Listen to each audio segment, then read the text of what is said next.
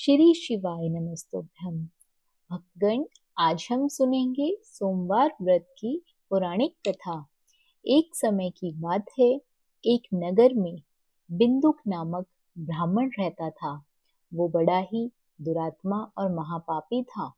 हालांकि उसकी स्त्री बहुत ही सुंदर थी, तो भी वो कुमार्ग पर ही चलता था। उसकी पत्नी का नाम चंचुला था। वह सदा उत्तम धर्म का पालन में लगी रहती थी, तो भी वह दुष्ट ब्राह्मण वैश्यगामी हो गया था।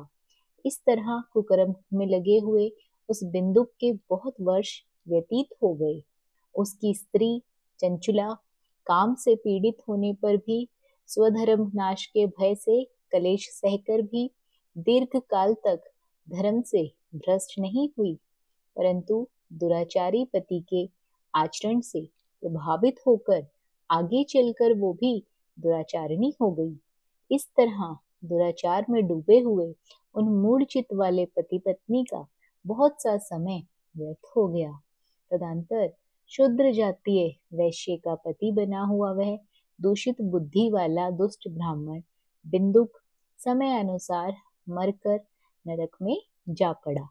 बहुत दिनों तक नरक का दुख भोगकर वह मूढ़ बुद्धि पापी विंध्य पर्वत पर भयंकर पिशाच हुआ। इधर उस दुराचारी पत्नी बिंदुक के मर जाने पर वह मूढ़ हृदय चंचुला बहुत समय तक अपने पुत्रों के साथ अपने घर में रही। एक दिन देवयोग से किसी पुण्य पर्व के आने पर भाई बंधुओं के साथ गोकर्ण क्षेत्र में गई। तीर्थ यात्रियों के संग उसने भी उस समय जाकर किसी तीर्थ के जल में स्नान किया। फिर वह बंधुजनों के साथ यत्र तत्र घूमने लगी। घूमती घामती किसी देव मंदिर में गई। वहां उसने एक देवज्ञ ब्राह्मण के मुख से भगवान शिव की परम पवित्र एवं मंगलकारिणी उत्तम पुराणिक कथा सुनी। कथावाचक ब्राह्मण कह रहे थे कि जो स्त्री पुरुषों के साथ व्यभिचार करती है, वो मरने के बाद यमलोक जाती है। तब यमराज के दूत उनकी योनि में तपे हुए लोहे का परिध डालते हैं। पुराणिक ब्राह्मण के मुख से यह वैराग्य बढ़ाने वाली कथा सुनकर चंचुला भय से व्याकुल होकर वहां पर कांपने लगी। कथा समाप्त हुई और सुनने वाले सब लोग बाहर चले गए। तब वह भयभीत नारी एकांत में शिव पुराण कथा वाचने वाले ब्राह्मण से कहती है, हे ब्राह्मण, मैं अपने धर्म को नहीं जानती थी, इसलिए मेरे द्वारा बड़ा दुराचार हुआ है। मेरे ऊपर अनुपम कृपा करके आप मेरा उद्धार कीजिए। आज आपके वैराग्य रस से इस प्रवचन को सुनकर मुझे बड़ा ही भय लग रहा है। मैं कांप उठी हूँ। मुझे इस संसार से वैराग्य हो गया है। मूढ़ चित्त वाली पापिनी को धिक्कार है। मैं सर्वथा निंदा के योग्य हूँ और अपने धर्म से विमुख हो गई हूँ। न जाने किस किस घोर कष्टदायक दुर्गति में मुझे पड़ना पड़ेगा, और वहां कौन बुद्धिमान पुरुष को मार्ग में मन लगने वाली मुझ पापनी का साथ देगा। मृत्यु काल में उन भयंकर यमदूतों को मैं कैसे देखूंगी। जब वे बलपूर्वक मेरे गले में फंदे लगाकर मुझे बांधेंगे, तब मैं कैसे धीरज धारण कर सकूंगी। नरक में जब मेरे शरीर के टुकड़े टुकड़े किए जाएंगे, उस समय विशेष दुख देने वाली उसी महायातना को मैं कैसे सहूंगी। मैं मारी गई हूँ, मैं जल गई हूँ, मेरा हृदय विदीर्ण हो गया है और मैं सब प्रकार से नष्ट हो गई हूँ, क्योंकि मैं हर तरह के पाप में डूबी रही हूँ। हे ब्राह्मण, आप ही मेरे गुरु हैं, आप ही मेरी माता और पिता है। मैं आपकी शरण पर आई हूँ। मुझ दीन अबला पर आप ही उद्धार करें। तो ये बात सुनकर ब्राह्मण जी ने कहा, इस प्रकार खेद और वैराग्य से युक्त चंचुला ब्राह्मण देवता के चरणों पर गिर पड़ी। तब बुद्धिमान ब्राह्मण ने उसे कृपा पूर्वक उठाया और कहा, हे नारी, सौभाग्य की बात है कि भगवान शिव की कृपा से शिव पुराण की इस वैराग्य कथा को सुनकर तुम्हें समय पर चेत हो गया है। हे ब्राह्मण पत्नी, तुम डरो मत, भगवान शिव की शरण में जाओ। शिव की कृपा से सारा पाप तत्काल ही नष्ट हो जाता है। मैं तुमसे भगवान शिव की कीर्ति कथा से युक्त उस परम वस्तु का वर्णन करूंगा, जिससे तुम्हें सदा सुख देने वाली उत्तम गति प्राप्त होगी। शिव की उत्तम कथा सुनने से ही तुम्हारी बुद्धि पश्चाताप से युक्त और शुद्ध हो गई है। साथ ही तुम्हारे मन में विषयों के प्रति वैराग्य हो गया है। पश्चाताप ही पाप करने वाले पापियों के लिए सबसे बड़ा प्रायश्चित है। सत्पुरुषों ने सबके लिए पश्चाताप को ही सबसे बड़ा शोधक बताया है। पश्चाताप से ही सभी पापों की शुद्धि हो जाती है। वास्तव में पापों का प्रायश्चित होता है, क्योंकि सत्पुरुषों ने समस्त पापों की शुद्धि के लिए प्रायश्चित का ही उपदेश दिया है। परंतु जिसे अपने कुकृत्य पर हार्दिक पश्चाताप होता है, वह अवश्य ही उत्तम गति का भागी होता है। इसमें कोई संशय नहीं है।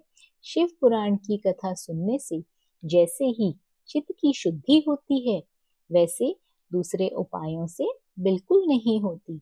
जैसे दर्पण साफ करने पर निर्मल हो जाता है, उसी प्रकार शिव पुराण की कथा से चित्त अत्यंत शुद्ध हो जाता है। इसमें कोई संशय नहीं है। मनुष्यों के शुद्ध चित्त में जगदम्बा पार्वती सहित भगवान शिव विराजमान रहते हैं। इससे वह विशुद्ध आत्मा पुरुष और श्री श्याम सदाशिव के पद को प्राप्त होता है। इस उत्तम कथा का श्रवण करने से समस्त मनुष्यों के लिए कल्याण होता है। भगवान शिव की कथा सुनकर फिर अपने हृदय में उसका मनन करके इस पूर्णता चित्त की शुद्धि हो जाती है। चित्त शुद्धि होने से महेश्वर की भक्ति अपने दोनों पुत्रों ज्ञान और वैराग्यों के साथ निश्चय ही प्रकट होती है। तत्पश्चात महेश्वर के अनुग्रह से दिव्य मुक्ति प्राप्त होती है। इसलिए तुम विषयों से मन को हटा लो हे ब्राह्मण पत्नी। भक्ति भाव से भगवान शंकर की पावन कथा को सुनो। परमात्मा शंकर की इस कथा को सुनने से तुम्हारे चित्त की शुद्धि होगी। ब्राह्मण शिव भक्तों में श्रेष्ठ स्वामिन है। चंचुला ने कहा, आप धन्य हैं ब्राह्मण, परमार्थदर्शी हैं और सदा परोपकार में लगे रहते हैं, इसलिए श्रेष्ठ साधु पुरुषों में प्रशंसा के योग्य हैं। मैं नरक के समुद्र में गिर रही हूँ, आप मेरा उद्धार कीजिए, उद्धार कीजिए। तो ऐसा कहकर दोनों हाथ जोड़कर उनका अनुग्रह पाकर चंचुला उस शिव पुराण की कथा को सुनने की इच्छा मन में लिए उन ब्राह्मण देवता की सेवा पर तत्पर हो वहां रहने लगी। तदंतर शिव भक्तों में श्रेष्ठ और शुद्ध बुद्धि वाले ब्राह्मण देवता ने उसी स्थान पर उस स्त्री को शिव पुराण की उत्तम कथा सुनाई। इस प्रकार उस गोकर्ण नामक महाक्षेत्र में उन्हें श्रेष्ठ ब्राह्मण से उसने शिव पुराण की परम उत्तम कथा सुनी, जो भक्ति ज्ञान और वैराग्य को बढ़ाने वाली तथा मुक्ति प्रदान करने वाली है। उस परम उत्तम कथा को सुनकर ब्राह्मण पत्नी अत्यंत कृतार्थ हो गई। उसका चित्त शीघ्र ही शुद्ध हो गया। भगवान शिव के अनुग्रह से उसके हृदय में शिव के सगुण रूप का चिंतन होने लगा। इस प्रकार भगवान शिव में लगी रहने वाली उत्तम बुद्धि पाकर शिव के सच्चिदानंदमय स्वरूप का बारंबार चिंतन शुरू करने लगी। तत्पश्चात समय के पूरे होने पर भक्ति ज्ञान और वैराग्य से युक्त हुई चंचुला ने अपने शरीर को बिना किसी कष्ट के त्याग दिया। इतने में ही त्रिपुर शिव भगवान शिव का भेजा हुआ दूत एक दिव्य विमान दूत गति से वहां पहुंचा, जो उनके अपने गणों से संयुक्त और भांति भांति के शोभा साधनों से संपन्न था। चंचुला उस विमान पर आरूढ़ हुई और भगवान शिव के श्रेष्ठ पार्षदों से उसे तत्काल शिवपुरी पहुंचा दिया। उसके सारे मल धुल गए और दिव्य रूप धारणी दिव्यांगना हो गई। उसके दिव्य अवयव उसकी शोभा बढ़ा रहे थे। मस्तक पर अर्धचंद्राकार का मुकुट धारण किए हुए गौरांगी देवी शोभाशाली दिव्य आभूषण से विभूषित शिवपुरी में पहुंचकर उसने सनातन देवता त्रिनेत्रधारी महादेव जी को देखा। सभी मुख्य मुख्य देवता उनकी सेवा में खड़े थे। गणेश, भृंगी, नंदीश्वर आदि सभी उनकी उत्तम सेवा में भक्ति भाव से उपस्थित थे। उनकी अंग कांति करोड़ों सूर्यों की भांति प्रकाशित हो रही थी। कंठ में नील चिन्ह शोभा पाता था। 5 मुख और प्रत्येक मुख में 3-3 नेत्र थे। मस्तक पर अर्धचंद्राकार मुकुट शोभा देता था। उन्होंने अपने वामांग में मां गौरी को बिठा रखा था, जो विद्युत पुंज के समान प्रकाशित थी। गौरीपति महादेव जी की कांति कपूर के समान गौर थी। उनका सारा शरीर श्वेत भस्म से भाषित था। शरीर पर श्वेत वस्त्र शोभा पा रहे थे। इस प्रकार परम उज्ज्वल भगवान शंकर का दर्शन करके वह ब्राह्मण पत्नी चंचुला बहुत प्रसन्न हुई। प्रीतियुक्त होकर उसने बड़ी उतावली के साथ भगवान शिव को बारंबार प्रणाम किया। फिर हाथ जोड़कर बड़े प्रेम और आनंद से, संतोष से युक्त हो विनीत भाव से खड़ी हो गई। उसके नेत्रों में आनंद की अविरल धारा बहने लगी तथा संपूर्ण शरीर में रोमांच हो गया।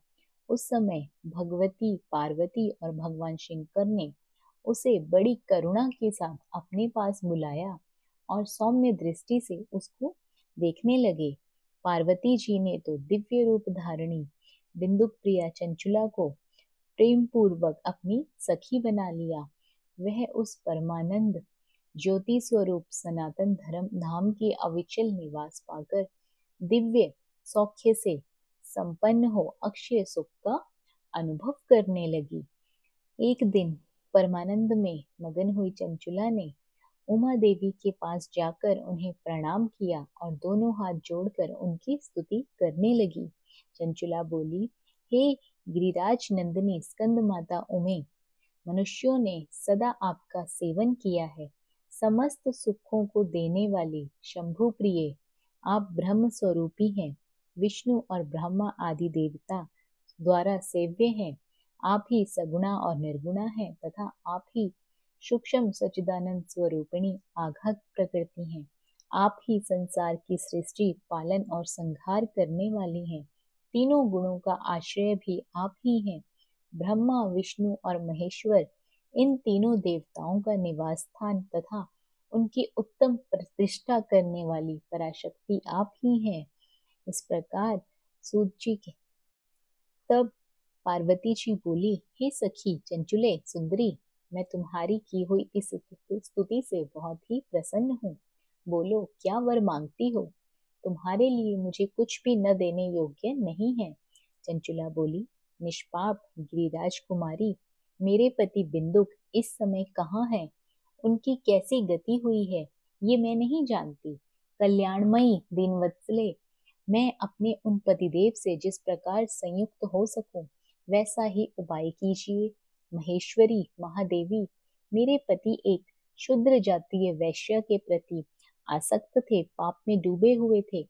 उनकी मौत मुझसे पहले ही हो गई थी। न जाने वे किस प्रकार गति को प्राप्त हुए। तो गिरिराज बोली, बेटी, तुम्हारा बिंदुक नामक पति बड़ा पापी था। उसका अंतःकरण बहुत ही दूषित था। वैश्य का उपभोग करने वाला वह महामूढ़ मरने के बाद नरक में पड़ा है। अगणित वर्षों तक नाना प्रकार के दुख भोग कर वह पापात्मा अपने शेष पापों को भोगने के लिए विंध्य पर्वत पर पिशाच बन के बैठा है। इस समय वह पिशाच अवस्था में है, नाना प्रकार के कलेश उठा रहा है। वह दुष्ट वहीं वायु पीकर रहता है और सदा सब प्रकार के कष्ट सहता है। तब चंचुला बोली, हे महेश्वरी महादेवी, मुझ पर कृपा कीजिए और दूषित कर्म करने वाले मेरे उस पति का उद्धार कीजिए। देवी, कुत्सित बुद्धि वाले मेरे उस पापात्मा पति को किस उपाय से उत्तम गति प्राप्त हो सकती है, मुझे शीघ्र ही बतलाइए। आपको नमस्कार है। तब पार्वती जी ने कहा, तुम्हारा पति अगर शिव पुराण की पुण्य में उत्तम कथा सुने तो उसे दुर्गति को पार करके उत्तम गति का वो भागी बनेगा। अमृत के समान मधुर अक्षरों से युक्त गौरी देवी का यह वचन आदर पूर्वक सुनकर चंचुला ने हाथ जोड़ मस्तक झुकाकर उन्हें बारंबार प्रणाम किया और अपने पति के समस्त पापों की शुद्धि तथा उत्तम गति की प्राप्ति के लिए पार्वती देवी से ये प्रार्थना की, मेरे पति को शिव पुराण सुनाने की व्यवस्था होनी चाहिए। वह ब्राह्मण पत्नी के बार बार प्रार्थना करने पर शिव प्रिय गौरी देवी को उस पर दया आ गई। उन भक्तवत्सला महेश्वरी गिरिराज कुमारी ने भगवान शिव की उत्तम कीर्ति का गान करने लगी और गंधर्वराज तुमरू को बुलाकर उसने प्रसन्नता पूर्वक इस प्रकार कहा, तुमरू, तुम्हारे भगवान शिव में प्रीति है। तुम मेरे मन की बातों को जानकर मेरे अभिष्ट कार्य को सिद्ध करने वाले हो, इसलिए मैं तुमसे एक बात कहती हूँ, तुम्हारा कल्याण हो। तुम मेरी इस सखी के साथ शीघ्र ही विंध्य पर्वत पर जाओ। वहां एक महाघोर और भयंकर पिशाच रहता है। उसका वृत्तांत तुम आरंभ से ही सुनो। मैं तुमसे प्रसन्नता पूर्वक सब कुछ बताती हूँ। पूर्व जन्म में वह पिशाच बिंदुक नामक एक ब्राह्मण था। मेरी इस सखी चंचुला का पति था, परंतु दुष्ट वैश्यगामी होने के कारण स्नान संध्या आदि नित्यकर्म छोड़कर अपवित्र रहने लगा। क्रोध के कारण उसकी बुद्धि पर मूढ़ता छा गई थी। वह विवेक नहीं पा रहा था। अभक्षण भक्षण, सज्जनों से द्वेष और दूषित वस्तुओं का दान लेने लगा था। यही उसका स्वाभाविक कर्म बन गया था। वह अस्त्र शस्त्र लेकर हिंसा करता था, बाएं हाथ से खाता था, दीनों को सताता था, क्रूरता पूर्वक पराये घरों में आग लगा देता था, चंडालों से प्रेम करता था, प्रतिदिन वैश्य के संपर्क में रहता था, बड़ा दुष्ट था, पापी था। अपनी पति का परित्याग करके दुष्टों के संग में ही आनंद मनाता था। वह मृत्यु के बाद दुराचार में फंसा रहा। अंतकाल आने पर उसकी मृत्यु हो गई। वह पापियों के भोग स्थान घोर यमपुर में गया। वहां बहुत से नरकों का उपभोग करके वह दुष्टात्मा जीव इस समय विंध्य पर्वत पर पिशाच बना हुआ बैठा है। वहीं उस दुष्ट पिशाच आत्मा को अपना फल भोग रहा है। तुम उसे आगे यत्न पूर्वक शिव पुराण की उस दिव्य कथा का प्रवचन सुनाओ, जो परम पर पुण्यमयी तथा समस्त पापों का नाश करने वाली है। शिव पुराण की कथा का श्रवण सबसे उत्कृष्ट पुण्य कर्म है। उससे उसका हृदय शीघ्र ही समस्त पापों से शुद्ध हो जाएगा। वह प्रेत योनि का परित्याग कर देगा। उस दुर्गति से मुक्त होने पर बिंदुक नामक पिशाच को मेरी आज्ञा से विमान पर बिठाकर तुम भगवान शिव के समीप ले आओ। उमा के इस प्रकार आदेश से गंधर्वराज तुमरू मन ही मन बड़े प्रसन्न हुए। उन्होंने अपने भाग्य की सराहना की। तत्पश्चात उस पिशाच की सती साध्वी पत्नी चंचुला के साथ विमान पर बैठकर नारद के प्रिय मित्र तुमरू वेग पूर्वक विंध्याचल पर्वत पर गए, जहाँ पर वह पिशाच रहता था। वहां उन्होंने उस पिशाच को देखा। उसका शरीर बहुत ही विशाल था, ठोड़ी बड़ी थी। कभी वो हंसता था, कभी रोता था, तो कभी उछलता था। उसकी आकृति बड़ी विकराल थी। भगवान शिव की उत्तम कीर्ति का गान करने वाले महाबली तुमरू ने उस भयंकर पिशाच को पाशों में बांध लिया। तदंतर तुमरू ने शिव पुराण की कथा बांचने का निश्चय करके महोत्सव युक्त स्थान और मंडप आदि की रचना की। इतने में ही संपूर्ण लोकों में बड़े वेग से यह प्रचार हो गया कि देवी पार्वती की आज्ञा से एक पिशाच का उद्धार करने के लिए, शिव पुराण की उत्तम कथा सुनाने के लिए तुमरू विंध्य पर्वत पर गए हुए हैं। उस कथा को सुनने के लोभ से बहुत से देवर्षि भी शीघ्र ही वहां जा पहुंचे। आदर पूर्वक शिव पुराण सुनने के लिए आए हुए लोगों का उस पर्वत पर बड़ा ही अद्भुत और कल्याणकारी समाज जुट गया। फिर तुमरू ने उस पिशाच को पाशों में बांधकर आसन पर बिठाया और हाथ में वीणा लेकर गौरीपति की कथा का आरंभ किया। पहली अर्थात विंध्येश्वर संहिता से लेकर 7वीं वायु संहिता तक महात्म्य सहित शिव पुराण की कथा का उन्होंने वर्णन किया। सातों संहिताओं सहित शिव पुराण का आदर पूर्वक श्रवण करने वे सभी श्रोता पूर्ण रूप से कृतार्थ हो गए। उस परम पुण्यमय शिव पुराण को सुनकर उस पिशाच ने अपने सारे पापों को धोकर उस पैशाचिक शरीर को त्याग दिया। फिर तो शीघ्र ही उसका रूप दिव्य हो गया। अंग कांति गौर वर्ण की हो गई। शरीर पर श्वेत वस्त्र तथा सब प्रकार से पुरुषोचित आभूषण उसके अंगों को उद्भाषित करने लगे।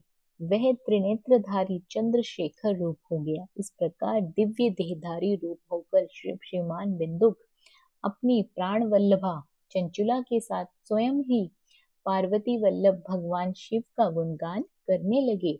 उसकी स्त्री को इस प्रकार से सुशोभित देख वे सभी देवर्षि बड़े विस्मित हुए।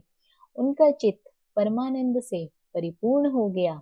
भगवान महेश्वर का वह अद्भुत चरित्र सुनकर वे सभी श्रोता परम कृतार्थ हो प्रेम पूर्वक श्री शिव का यशोगान करते हुए अपने अपने धाम को चले गए। दिव्य रूपधारी श्रीमान बिंदुक सुंदर विमान पर बैठकर अपनी प्रीतमा के साथ सुखपूर्वक आकाश में स्थित हो बड़ी शोभा पाने लगे। तत्पश्चात महेश्वर के सुंदर और मनोहर गुणों का गान करता हुआ वह अपनी प्रियतमा तथा तुमरू के साथ शीघ्र ही शिवधाम में जा पहुंचा। वहां भगवान महेश्वर तथा पार्वती देवी ने प्रसन्नता पूर्वक बिंदुक का बड़ा सत्कार किया और उसे अपना पार्षद बना लिया। उसकी पत्नी चंचुला पार्वती जी की सखी हो गई। उस घनीभूत ज्योति स्वरूप परमानंद सनातन धाम में अविचल निवास पाकर वे दोनों दंपति परम सुखी हो गए। हे भोलेनाथ, जिस प्रकार चंचुला और बिंदुक पर आपने अपनी कृपा दृष्टि दिखाई, उसी प्रकार सभी श्रोतागण पर अपना कृपा दृष्टि बनाए रखना। प्रिय श्रोताओं, अब सुनिए भोलेनाथ की आरती। ओम जय शिव ओंकारा, प्रभु जय शिव ओंकारा, ब्रह्मा विष्णु सदा शिव अर्धांगी धारा। ओम जय शिव ओंकारा, एकानन चतुरानन पंचानन राजे, हंसासन गरुड़ासन वृषवाहन साजे। ओम जय शिव ओंकारा, दो भुज चार चतुर्भुज दश भुज अति सोहे, त्रिगुण रूप निरखता त्रिभुवन जन मोहे। ओम जय शिव ओंकारा, अक्षमाला बनमाला रुंडमाला धारी, चंदन मृग मद सोहे भाले शशिधारी। ओम जय शिव ओंकारा, श्वेतांबर पीतांबर बागांबर अंगे, सनकादिक गरुणादिक भूतादिक संगे। ओम जय शिव ओंकारा, कर के मध्य कमंडल चक्र त्रिशूल धरता, जग करता जग भरता जग संहार करता। ओम जय शिव ओंकारा, ब्रह्मा विष्णु सदा शिव जानत अविवेका, प्रणवाक्षर के मध्य ये तीनों एका। ओम जय शिव ओंकारा, काशी में विश्वनाथ विराजत नंदी ब्रह्मचारी, नित उठि भोग लगावत महिमा अति भारी। ओम जय शिव ओंकारा। त्रिगुण शिव जी की आरती जो कोई नर गावे, कहत शिवानंद स्वामी मनवांछित फल पावे।